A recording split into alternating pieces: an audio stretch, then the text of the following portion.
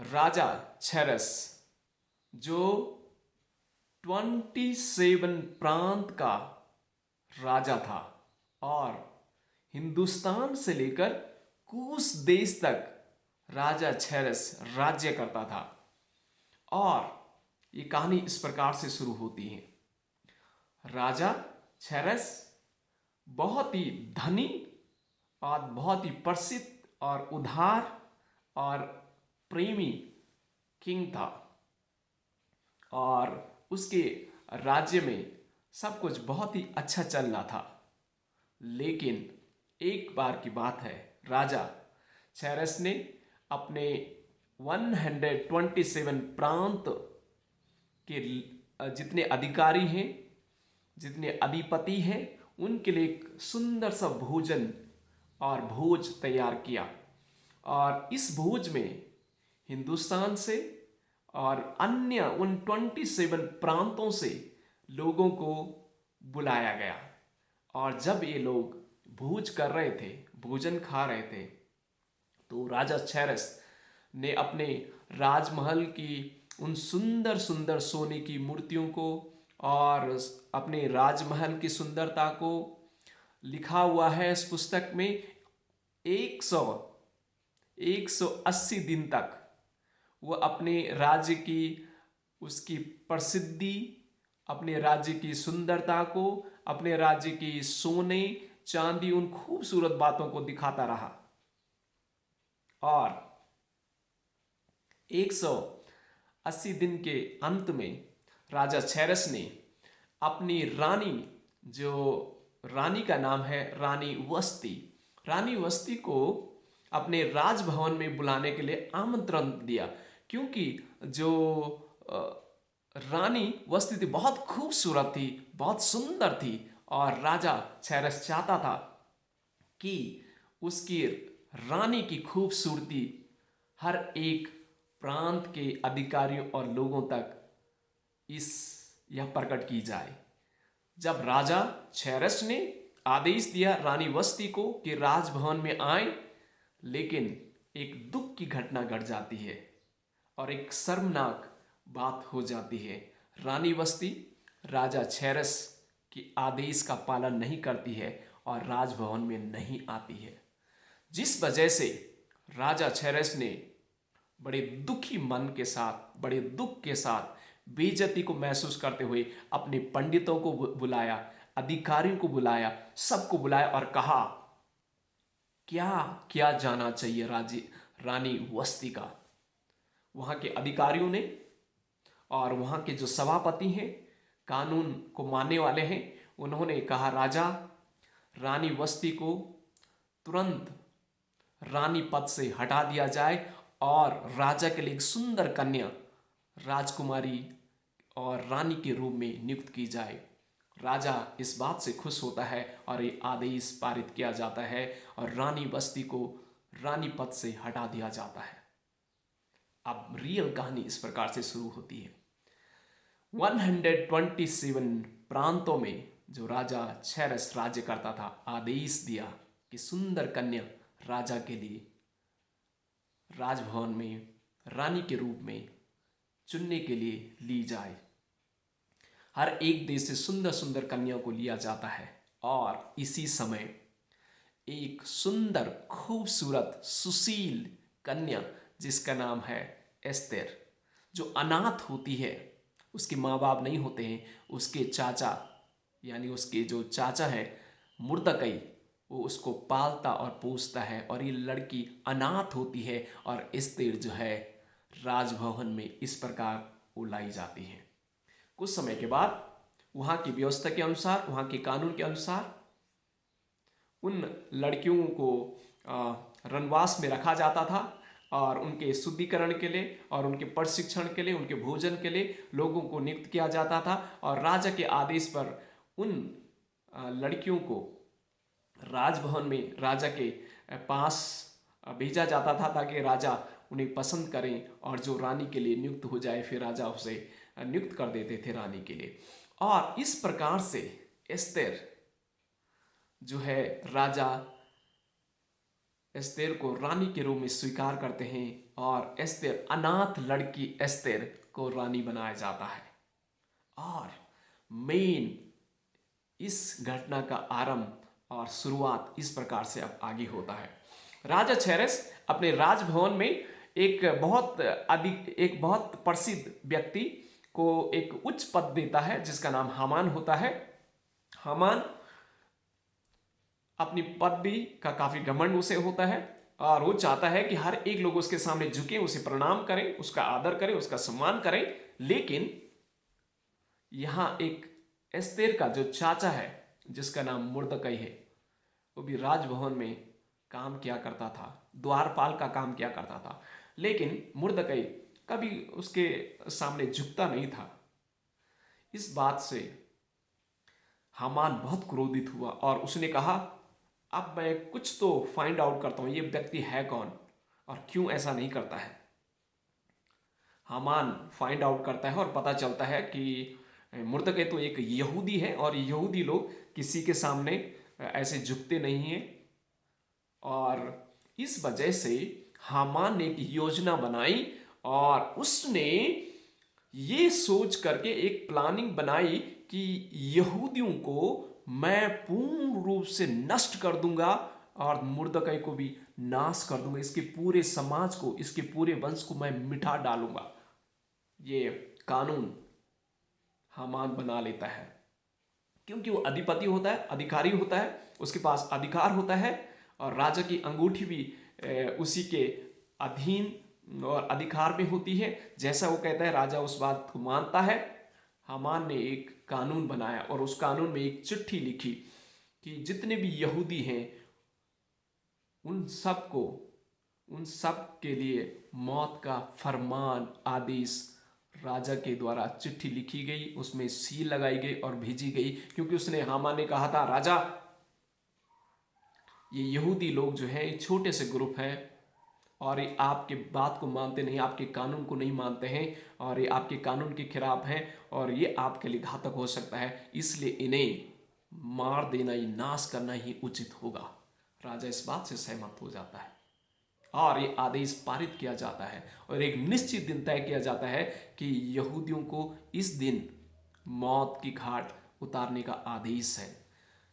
जैसे ये घटना सूसन प्रांत में, जहां यहूदी लोग रहते हैं और पूरे देश में 127 प्रांत में जो आदेश पारित किया जाता है, इससे यहूदी समाज के लोग बहुत ही दुखी हो जाते हैं, रोने लग जाते हैं, विलाप करने लग जाते हैं। लेकिन उनके पास कोई ऑप्शन नहीं था बचने का, क्योंकि राजा के द्वारा आदेश ऑलरेडी पारित किया गया था, कोई आदेश नहीं था बचने का। लेकिन मुर्दकई रो करके इस विनती को परमेश्वर के पास पहुंचाता है। मुर्दकई एस्तेर तक इस बात को पहुंचाता है कि यहूदियों समाज का नाश, सर्वनाश करने के लिए हामान ने योजना बनाई है। एस्तेर, सब प्रथम बात एस्तेर ने जो करती है, एस्तेर कहती है कि हामान, आप और जितने शूशनगढ़ में यहूदी लोग रहते हैं सब मिलकर के प्रार्थना करें और मैं राजा के सामने जाऊंगी और अपने लोगों के लिए राजा से विनती करूंगा बचने के लिए। लेकिन व्यवस्था के अनुसार राजा के पास रानी या कोई भी जाने की इजाजत नहीं थी। लेकिन एस्तेर जो है अपने लाइफ की जोखिम उठाते हुए कहती है कि मैं मरूं तो मरूं, लेकिन मैं अपने लोगों के लिए राजा के पास जाऊंगी और विनती करूंगी। और रानी एस्तेर 3 दिन उपवास प्रार्थना के पश्चात फिर राजा के पास जाती है। राजा के राजभवन में जैसी पहुंचती है, राजा कुर्सी में बैठे होते हैं और वहां की व्यवस्था कानून के अनुसार अगर राजा ने अपनी राजछड़ी आगे बढ़ाई तो इसका मतलब है कि आप बच जाओगे, अगर नहीं बढ़ाते तो मौत आपकी निश्चित थी। वो व्यवस्था थी वहां। और राजा छड़ी आगे बढ़ाता है और उसकी बात को सुनता है। फिर राजा जब उसकी बात को सुनता है तो इमिडिएटली नहीं कहती है राजा मैंने आपके लिए भोज तैयार किया है, आप और हामान वहां आए। फिर राजा और हामान एस्तेर के भोज में आता है। एस्तेर फिर राजा को बताती है ये सारी कहानी कि मेरे लोग नाश हो रहे हैं, इस प्रकार से मिटने वाले हैं। और फिर राजा कहता है किसने ये किया? रानी कहती है कि इस हामान ने मेरे लोगों को नाश करने के लिए योजना बनाई है। राजा को गुस्सा आता है और राजा कहता है कि ये हामान ने ऐसा किया है। फिर गुस्सा में राजा कहता है कि इसको क्या दंड दिया जाना चाहिए। तब तक वहीं राजभवन में एक पहरादार होता है, वो कहता है कि राजा, इस हामान ने मुर्दकई के लिए 150 फीट हाइट का 50 फीट हाइट का एक मौत का फंदा बनाया है। राजा आदेश देता है, हामान को उसी फंदे में लटकाया जाता है। हामान की मौत हो जाती है और मुर्दकई और एस्तेर जो है अपनी विनती को राजा के पास रखते हैं।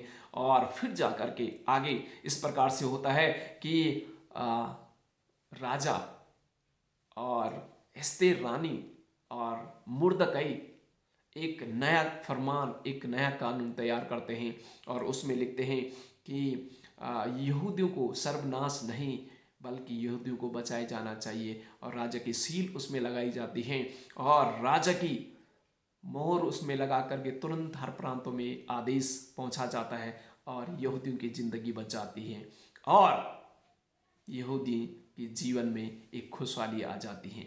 मैं इस पूरे सच्ची घटना जो घटी हुई है, इस घटना से आपको एस्तेर के जीवन से क्या पाठ पढ़ाना चाहता हूं। एक अनाथ लड़की जिसने अपने देश को, अपने देश के लोगों को बचाने के लिए सर्वप्रथम जो एस्तेर ने कदम बढ़ाया, वो चीज़ हम एस्तेर के जीवन से कुछ चीज़ें हम सीख सकते हैं।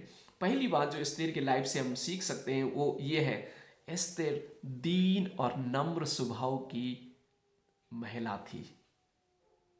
एस्तेर दीन और नम्र स्वभाव की महिला थी। मैं क्यों कह रहा हूं दीन और नम्र स्वभाव की? वो रानी थी, उसको क्या जरूरत थी? उसकी जीवन सिक्योर थी, वो सब कुछ अच्छा था उसके जीवन में, उसको कोई जरूरत नहीं थी, कोई चिंता नहीं थी किसी की। लेकिन नहीं, रानी नम्र थी। रानी एस्तेर नम्र थी, दीन थी। उसे मालूम था कि मैं अनाथ थी, बेसहारा थी और मेरे चाचा मुर्दकई ने मुझे बचाया है और मेरे देश के लोगों के लिए मैं अपने आप में घमंड नहीं करूंगी। वो दीन बनी रही। दीनता का स्वभाव एस्तेर रानी के जीवन से हमें सीखने को मिलता है। एंड देन दूसरी बात, आप उसके जीवन से और मैं उसके जीवन से क्या सीख सकता हूं? वो अपने लोगों को प्राथमिकता देती थी, यानी उसने अपनी जान की परवाह नहीं की, उसने अपने लोगों के लिए प्राथमिकता दी। यानी उसने कहा मैं मर जाऊं तो मर जाऊं लेकिन अपने लोगों के लिए मैं राजा के पास जाऊं। उसने अपनी लाइफ में जोखिम उठाया, जोखिम के साथ राजा के पास जाती है, अपने लोगों को उसने प्राथमिकता दी। तीसरी बात, एस्तेर रानी अपने लोगों से बहुत प्यार करती थी, क्योंकि प्यार और उसके प्रयास से ही उसके लोग बच पाए। नहीं तो आदेश राजा का ऑलरेडी घोषित किया गया था, उन्हें मौत मिलनी थी, पूरी यहूदी समुदाय को मौत मिलनी थी। लेकिन वो अपने लोगों से प्यार करती थी, उसके प्यार के कारण उसने अपने लोगों को बचा पाया। एंड देन एस्तेर की जो जीवन है, उस एस्तेर ने अपने लोगों की जान बचाई, उनके जीवन में खुशियां वापस लौट आई। मौत उनके लिए निश्चित थी, लेकिन मौत बदल करके एक नई खुशियां उनके जीवन में एस्तेर रानी ने लेके आई है।